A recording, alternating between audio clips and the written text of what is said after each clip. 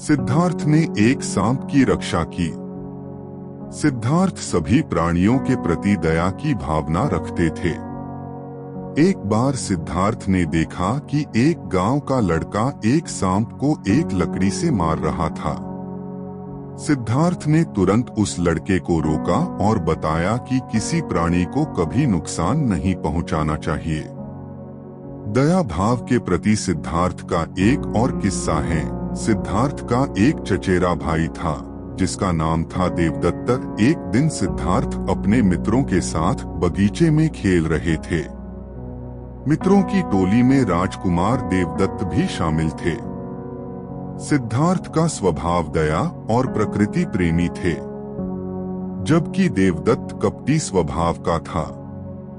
एक हंस को आता देख देवदत्त ने अपना धनुष और तीर निकाला और हंस को मार दिया।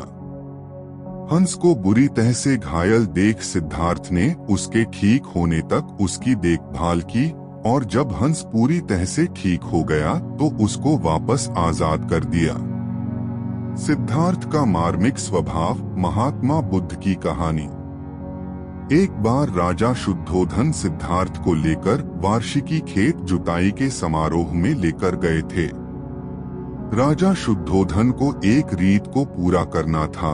उस वक्त खेत का सबसे पहला हल राजा जोतते थे, इसलिए राजा के लिए बैलों की जोड़ी को सजाकर लाया गया था। सिद्धार्थ को एक सेब के पेड़ के नीचे बैठा दिया। राजा शुद्धोधन ने बैलों को कमान देकर खेत को जोतना शुरू किया। सभी लोग बहुत खुश हुए, लेकिन सिद्धार्थ की नजर सिर्फ बैलों पर थी। सिद्धार्थ को बैलों का दुहक साफ नजर आ रहा था। तब सिद्धार्थ ने मान लिया कि किसी भी तरह से एक वक्त में सभी खुश नहीं हो सकते हैं। इस प्रकार सिद्धार्थ महात्मा बुद्ध अपने चारों ओर घटने वाली घटनाओं का सूक्ष्म स्तर पर अवलोकन करते थे। राजा शुद्धोधन ने सिद्धार्थ को न सोचने के लिए मजबूर किया। गौतम बुद्ध की कहानियां। जब से राजा शुद्धोधन ने सिद्धार्थ को लेकर भविष्यवाणी सुनी, सिद्धार्थ को ऐसी जिंदगी दी जिसमें न तो वह ज्यादा सोच सकता था, न ही अपने विचारों से भटक सकता था। यहाँ तक कि सिद्धार्थ के आमने सामने सभी दास और नौकर भी हष्ट पुष्ट रहते थे। सिद्धार्थ को 30 वर्ष की उम्र तक शुद्धोधन ने वह जिंदगी दी जिसमें उसको इस बात की भनक लगने नहीं दी कि कभी मिट्टी भी हवा के साथ उड़ सकती है।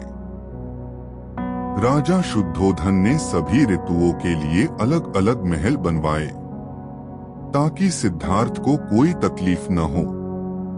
16 वर्ष की आयु में सिद्धार्थ का विवाह करवा दिया। इसके बाद सिद्धार्थ यशोधरा में खोए रहते थे। यह सब कुछ 30 वर्ष की उम्र तक चलता रहा, जब तक सिद्धार्थ ने उन 4 घटनाओं को नहीं देखा। गुस्से पर बुद्ध के विचार। गुस्से पर बुद्ध की कहानी। गुस्सा करने वाला व्यक्ति जहर तो खुद पीता है, लेकिन मरने की आशा किसी और से करता है। महात्मा बुद्ध की ये सभी बातें एक सनकी व्यक्ति सुन रहा था। उसको बुद्ध के विचार बिल्कुल अच्छे नहीं लगे। बुद्ध क्रोध के विषय पर बोल रहे थे, लेकिन उनका चित्त बिल्कुल शांत था। इस बात से उस सनकी को और गुस्सा आ गया। सनकी आदमी उठा और उसने महात्मा बुद्ध के मुंह पर थूक दिया और बुद्ध को अपमानित करते हुए भला बुरा कहने लगे। उस आदमी के इस व्यवहार से सारी सभा भड़क उठी। बुद्ध ने सभी को शांत किया और उस व्यक्ति से कहा कि तुमको इस विषय पर कुछ और कहना है। वह व्यक्ति वहां से चला गया। महात्मा बुद्ध ने सभी को समझाया, उस व्यक्ति को बहुत सारी परेशानियां हो सकती हैं, हो सकता है वह मेरी बातों को अनुसरण नहीं करना चाहता है। उस व्यक्ति को लेकर मैं गुस्सा क्यों करूं? अगली सुबह हुई। उस व्यक्ति का गुस्सा शांत हुआ और वह ढूंढता हुआ महात्मा बुद्ध के पास पहुंचा। वह सनकी व्यक्ति बुद्ध के चरणों में गिर पड़ा और बोला, महात्मा जी, मैं वही दुष्ट हूँ जिसने कल आप पर थूका, आप मुझे क्षमा कर दीजिए। बुद्ध ने उस व्यक्ति को खड़ा किया और बोले, मैं तुम्हारी बातों को कल ही भूल गया। मुझे तुम्हारी बातों से कोई संदेह नहीं है। मैं भला तुम्हारी बातों को मेरी ज़हन में उतार कर खुद का नुकसान क्यों करूं? किसी बात को लेकर बैठने से हमारा जीवन और भविष्य दोनों की गति रुक जाती है।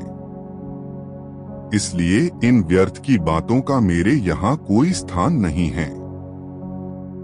इस प्रकार उस सनकी को महात्मा बुद्ध ने ज्ञान का पाठ पढ़ाया। मन को वश में करने के लिए क्या करे, बुद्ध की कहानी। इस कहानी के पीछे को तर्क अगर आप समझ गए तो आपका मन काबू में हो सकता है। पहली बार जब इस कहानी को मैंने पढ़ा तो मुझे इसका तर्क समझ नहीं आया, लेकिन इसका भाव प्रेरणादायी है। एक बार महात्मा बुद्ध किसी नगर से गुजर रहे थे। बुद्ध की नजर एक कपड़े के व्यापारी पर पड़ी जो दुखी और हताश दिखाई दे रहा था। बुद्ध चलकर उनके पास गए और पूछा कि हे भंते, तुम इतने उदास क्यों हो? अगर तुम मुझे अपनी चिंता का विषय बताओ तो मैं तुम्हारी कुछ मदद कर सकता हूँ। कपड़े के व्यापारी ने बुद्ध को प्रणाम किया और उनको अंदर बुलाया। उस व्यापारी ने कहा कि जब से मेरी पत्नी की मृत्यु हुई है, तब से मेरे घर पर मेरे छोटे बेटे की देखभाल वाला कोई नहीं है, इसलिए मैं हमेशा इसको अपनी दुकान पर लेकर आ जाता हूँ।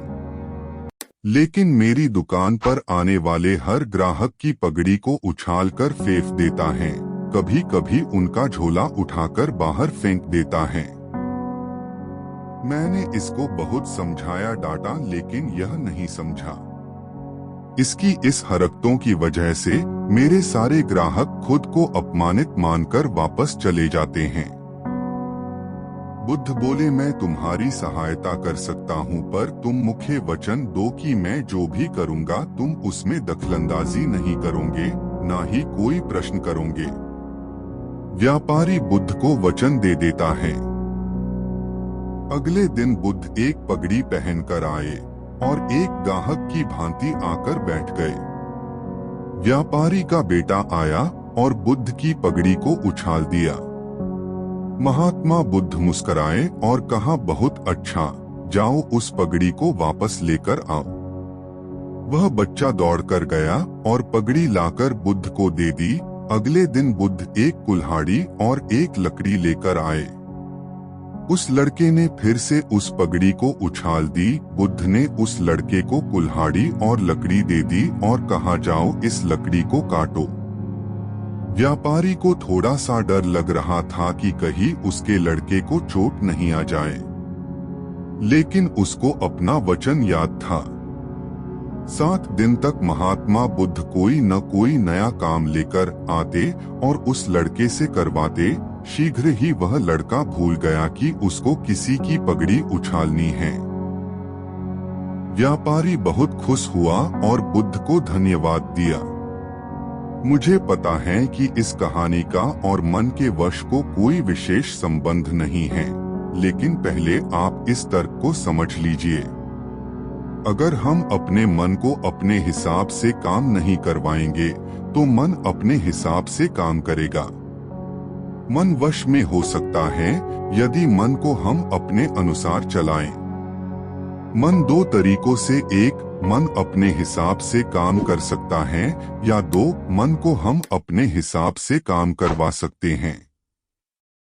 बुद्ध से मिलने से पहले उस लड़के का मन और दिमाग अपने हिसाब अनियंत्रित रूप से काम कर रहा था, लेकिन बुद्ध ने उस लड़के को अपने अनुसार काम करवाए, जिससे उसकी आदत ही बदल गई।